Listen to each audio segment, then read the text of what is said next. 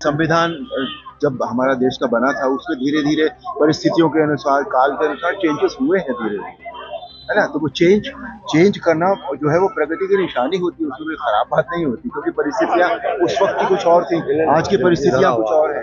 क्या भारतीय जनता पार्टी चुनाव जीतने के बाद संविधान में बदलाव करने वाली है? ये सवाल बार बार विपक्ष की तरफ से उठाया जा रहा है और इसके पीछे जो वजह है वो ऐसे ही बयान हैं जो थोड़ी देर पहले आपने सुना। ये सिर्फ एक बयान नहीं है, बीते कुछ दिनों से बीजेपी के कई उम्मीदवार ऐसे बयान दे चुके हैं, सोशल मीडिया पर काफ़ी वायरल हुए हैं। अनंत कुमार हेगड़े, ज्योति मिर्धा, लल्लू सिंह और अब अरुण गोविल का ये बयान कि अगर ऐसा कुछ होगा तो बदलाव किया जाएगा, यानी परिस्थितियां बनी तो संविधान को बदला जाएगा। संविधान जब हमारा देश का बना था उसमें धीरे धीरे परिस्थितियों के अनुसार काल के अनुसार चेंजेस हुए हैं धीरे धीरे, है ना। तो वो चेंज करना जो है वो प्रगति की निशानी होती है, उसमें कोई खराब बात नहीं होती, क्योंकि परिस्थितियां उस वक्त की कुछ और थी, आज की परिस्थितियां कुछ और है।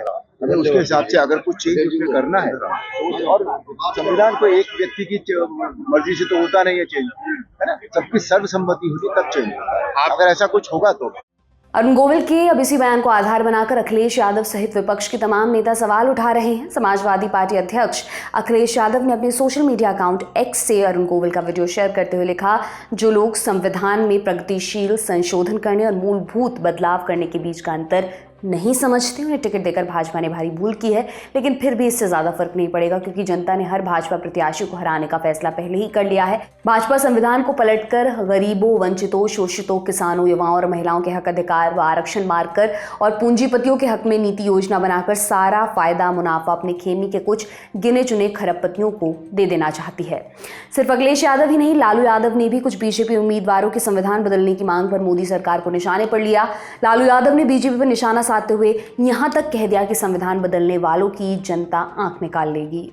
लगातार इनके नेता, इनके पार्टी के नेता ये बोल रहे हैं खुलम खुला कि हम संविधान को बदल रहे हैं।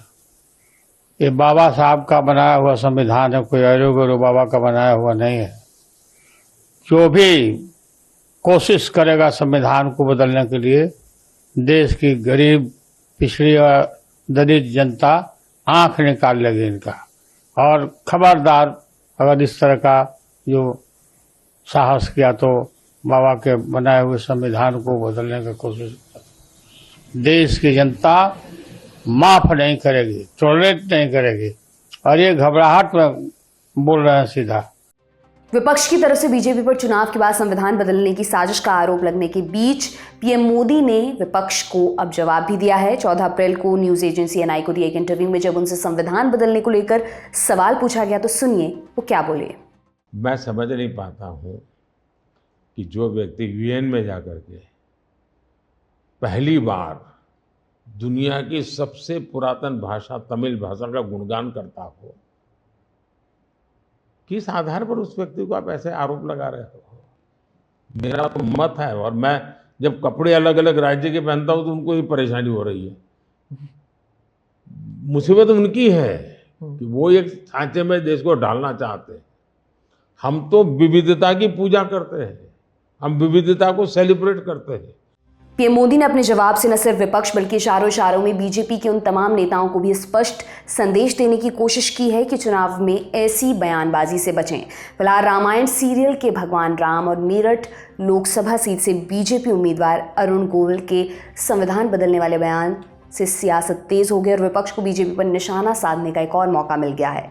वैसे क्या देश का संविधान बदलना इतना आसान है जितना आसान बीजेपी के कुछ उम्मीदवारों की तरफ से पेश किया जा रहा है? देश का संविधान कैसे बदला जा सकता है, इस पर हमने विस्तार से अपने खास शो आसान भाषा में जानकारी दी है। इसका लिंक आपको डिस्क्रिप्शन बॉक्स में मिल जाएगा। फिलहाल आप इस खबर पर क्या राय रखते हैं हमें कमेंट सेक्शन में ज़रूर बताएं। आपके लिए तमाम जानकारी लाई थी हमारी साथी सुप्रिया। मेरा नाम दिव्यांशी सुमराव है। देखते रहिए दी लल्लन टॉप। बहुत बहुत शुक्रिया।